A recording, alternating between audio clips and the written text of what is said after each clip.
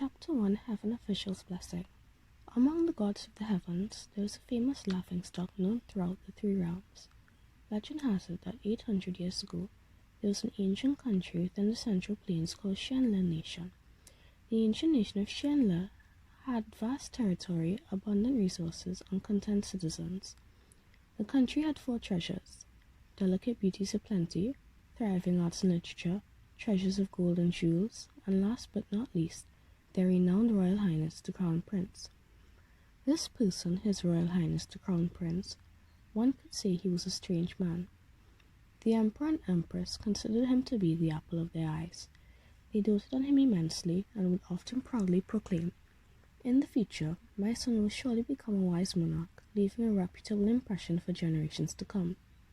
Yet, in regards to what came with royalty, of riches, power, and honor, the Crown Prince had no interest in any of them. What he was interested in, quoting the very words he often said to himself, was, "I want to save the common folks." The young prince cultivated in earnest. During this time, two short stories became widely circulated. The first story occurred when he was 17 years old.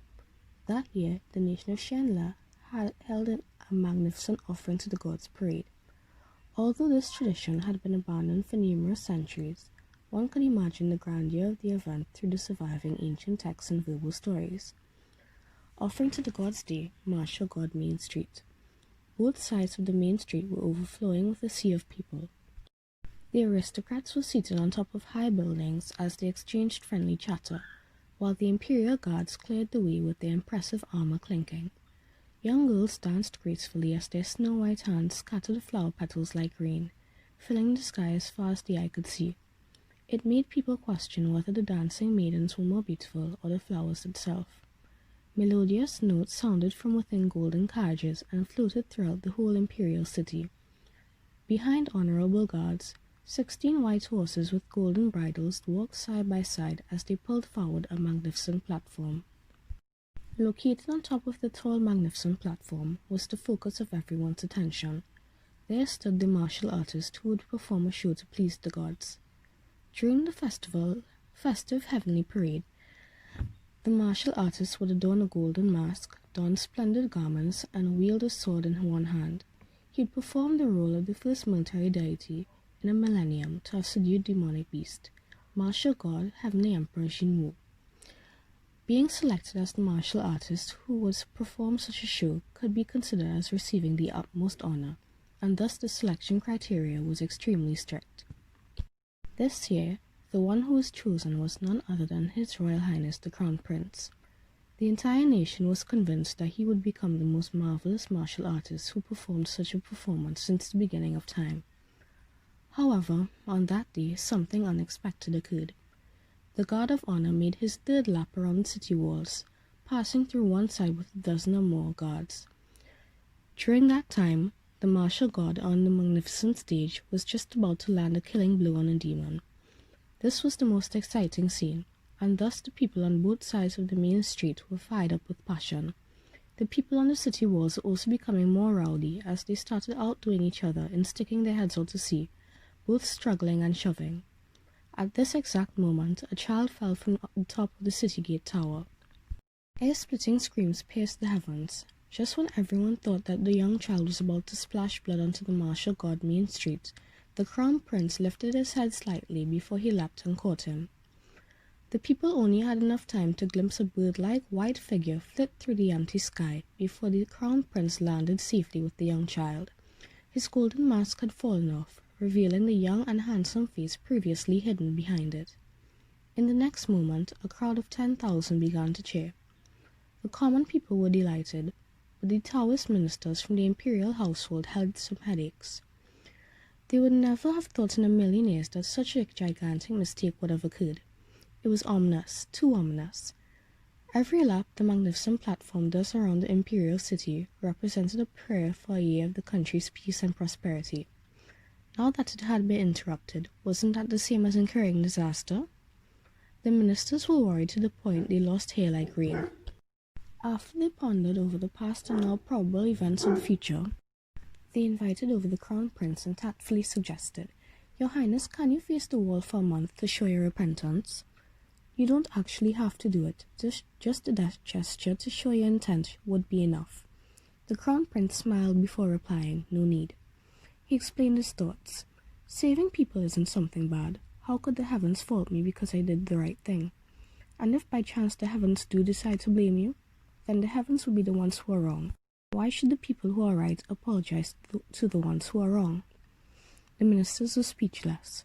His Royal Highness the Crown Prince was exactly this type of person. He had never encountered anything he wasn't able to accomplish. He had also never met anyone who didn't love him. He was always right, and he was the heart of the world. Thus the ministers felt great pain in their hearts as they thought, what the hell do you know? However, it wasn't convenient for them to say more, and they also didn't dare to do it. His Highness wouldn't listen to them anyway. The second story also took place in the year the Crown Prince was 17. According to the legends, on the south side of the Yellow River existed a bridge called Yin Yang Bridge, where a famous ghost wandered for many years. This ghost was utterly terrifying, dressed in ruined armor with flames from hell following its footsteps. Its whole body was also covered in blood and pierced by numerous blades and arrows. Every step he took left behind the traces of both blood and fire. Every few years it would suddenly appear during the night. It'd wander about at the foot of the bridge and stop travelers to ask them 3 questions. Where's this? Who am I? What will you do now? If one did not answer correctly, they would be completely swallowed up by the ghost in one bite.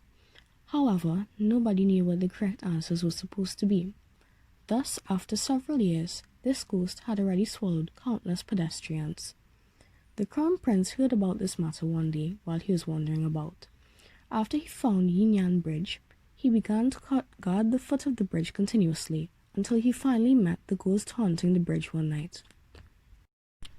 The ghost appeared in a flash, and sure enough, it was as eerie and terrifying as what the rumors had claimed. It opened its mouth to ask the Crown Prince the first question, which the Crown Prince replied to him with a smile. This is the human realm. However, the ghost replied, this is the abyss. Beginner's luck. It was only the first question, but he had already gotten it wrong. The Crown Prince thought to himself, he was going to answer the questions wrong anyway, so why wait for the ghost to finish asking? Thus he pulled out his weapon and began to fight. This fight lasted until the sky became twilight and the land was covered in darkness. The Crown Prince was highly skilled in martial arts, while the ghost became even more daunting and dreadful. One man and one ghost fought on that bridge until the positions of the sun and moon had practically switched, before finally the ghost was defeated. After the ghost disappeared, the Crown Prince planted a flowering tree at the foot of the bridge. At that moment, a Taoist passing through saw him scatter a handful of golden soil to help escort the ghost to its next life. He asked, "What are you doing?" The Crown Prince then spoke his famous 8 words, "Body in the abyss, but heart in paradise." When the Taoist heard that, he smiled slightly before transforming into a general deity clad in white armor. He stepped onto a magical cloud, summoned a strong wind, and then flew off into the sunlight.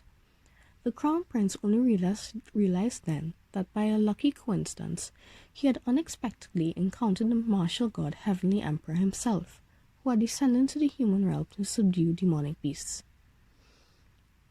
All the gods were already paying attention to this extremely outstanding martial god after he leapt into the sky on the day of the offering to the gods parade. After meeting him at the foot of Yin Yang Bridge, immortals began asking the emperor, "What do you think of this Royal Highness the Crown Prince?" Emperor Jun also answered with 8 words, "This child's future is limitless, impossible to measure." That same evening, the sky above the royal palace became unnatural as wind and rain caused havoc, and amidst the lightning flashes and thunder rolls, His Royal Highness the Crown Prince ascended into godhood. As long as someone ascends, the heavens would always quake once. When His Royal Highness the Crown Prince ascended, it immediately made the entire heavens shake 3 times. To achieve immortality through one's efforts and insights was truly hard. It required innate talent, high cultivation, and the right opportunity. To be born as a respected god, more often than not, was an endless lifetime journey. A youngster ascending into godhood and becoming an arrogant brat in the heavens wasn't something that hadn't happened before, but there was also plenty of people who bitterly exhausted their entire life cultivating, yet did not achieve immortality.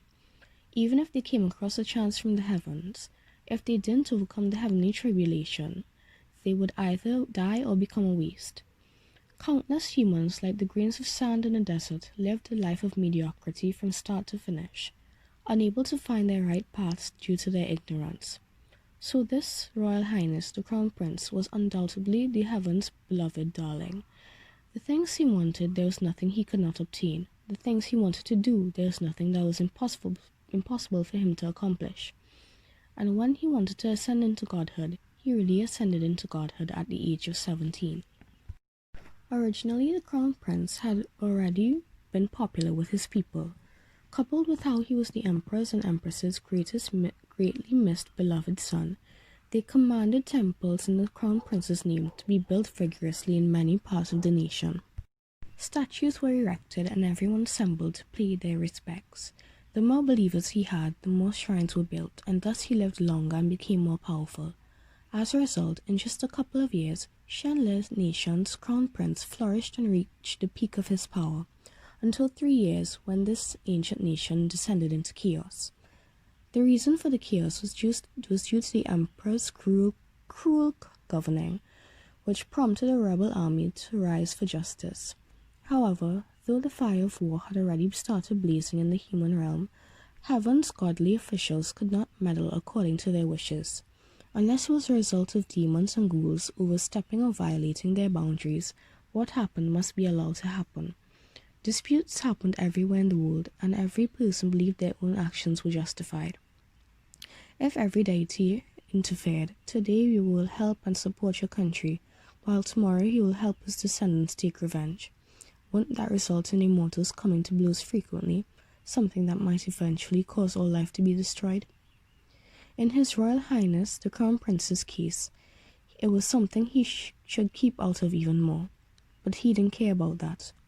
He told the Emperor, the Heavenly Emperor, I want to save the common people. Though Emperor Jun had accumulated spiritual godly power for thousands of years, he did not dare to lightly say those words out loud. When he heard the Crown Prince, his mood could not be easily imagined. However, the Emperor couldn't do anything about him and could only helplessly say, You cannot save everybody. The Crown Prince replied, I can. Therefore, he descended into the human realm with no second thoughts. The people of the entire Shenle nation naturally celebrated. However, since ancient times, folk tales had long tried to warn people of a truth. The event of an unauthorized immortal descending to the human realm would absolutely not bear a good result. Thus, the fires of war did not die down and instead began burning even more wildly. It wasn't that His Highness the Crown Prince did not do his best, yet it would have been better if he had not done his best. The more he strived, the more complicated the war became. The people of Shenle were beaten till their heads fell and their blood flowed, suffering disastrous casualties. Finally, a plague swept through the whole imperial city, and the rebels broke into the palace, ending the war. One could say that when this nation had been struggling on while at death's door, His Royal Highness the Crown Prince had been the one to directly suffocate them. After the nation was wiped out, the people suddenly realized something. So it turned out that their Crown Prince deity was not as formidable or as perfect as they had imagined. To put it more vulgarly, wasn't he just as a useless figure who was unable to accomplish anything but liable to spoiling everything else? Unable to vent the suffering they had felt after losing both their homes and their beloved ones, angry people covered in wounds rushed into the Crown Prince's palace halls. They pushed down his godly statue and burned his shrines. 8,000 temples burned for 7 days and 7 nights, burning until they completely disappeared. From then on, a martial god known for protection and peace faded away, and a demonic god who attracted disasters was born. When people said you were a god, then you were a god. If they said you were shit, then you were shit. However, whatever the people said you were, that was what you became. Had always been like this. No matter what, His Highness the Crown Prince couldn't accept this fact. What he could not accept even more was the punishment given to him, banishment. His cultivation was destroyed, and he was to be thrown into the human realm. From childhood, he had been spoiled 1,000 ways as he grew up, so he had never suffered the pains and difficulties of normal people. Thus, this penalty made him fall from high in the clouds down into the mud. And in this mud, it was the first time he experienced starvation, poverty, and the feeling of filth. It was also the first time he did things he never imagined himself ever doing: pilfering, robbing, violently cursing, and abandoning himself to despair. Prestige entirely lost, self-esteem completely gone, he became as ugly as one wanted him to be. Even the most devoted attendants weren't able to accept him changing in this way, and thus they chose to leave. Body in the abyss, but heart in paradise. These 8 words were carved almost everywhere in the stone tablets and boards of Shenle Nation. Yet they had not been almost completely burned away in the war. If His Royal Highness the Crown Prince were to see them again, he would be the first to rush up and smash them. Because the one who personally said this phrase had already proved that when his body was in the abyss, his heart was not in paradise. He ascended quickly and descended even quicker, the martial god's words and his graceful glance having met both demon and god by chance on Yin Yan Bridge. They seemed as if they were things that happened yesterday. The heavens sighed for a bit, for the things that had happened in the past remained in the past. Many years passed when one day a loud sound shook the heavens. That Royal Highness the Crown Prince ascended into godhood for the second time. Since ancient times, gods who had been banished treated it as a setback, leading to a total collapse before degenerating into a ghost or demon.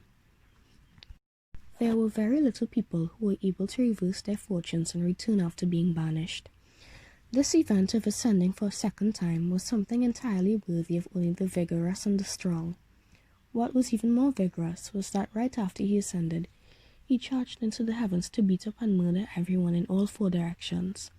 Thus the Crown Prince had only ascended for about the time it took to burn 1 incense stick, before he was kicked down again. 1 incense stick. It could be said that it was history's quickest and most violent yet brief ascension. If one said that his first ascension was something to be praised, then his second ascension could only be called a farce. After these 2 times, everyone in heaven turned their backs on this Crown Prince. But although they abandoned him, they still felt a bit on guard. After all, he was demoted once. He was driven to such a state of desperation. Now that he was banished twice, would he become a demon and retaliate by abusing the common people? Who knew that after he was demoted again, he did not become a demon and quite sincerely adapted to his banished lifestyle? There were no problems at all, and the only problem was he was just really too earnest. Sometimes he performed in the streets, masterfully singing or playing both wind and bowed instruments of all kinds. Even breaking a giant stone in his chest was nothing difficult for him. Although they had long heard that His Royal Highness the Crown Prince could sing and dance and was multi-talented, to actually see it in a situation like this really made one's mood become complicated. Sometimes he even industriously and conscientiously collected rubbish. All the gods were astonished. For things to become like this, it was really unimaginable. It was to the extent that nowadays, if somebody told the other that you gave birth to a son who is Shenle's Crown Prince, that would be much more malicious than cursing out the other party's descendants.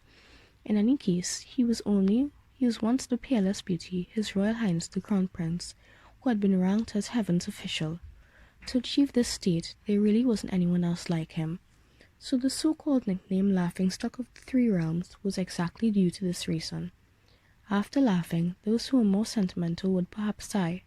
The proud and loved son of the heavens from the past truly disappeared. His godly statues toppled over, and his ancient nation was destroyed with not a single believer left. Slowly he became someone gradually forgotten by the world. Thus no one knew where he had wandered off to. To be abandoned once was already extraordinarily shameful and humiliating. To be banished twice, no one could ever climb up again.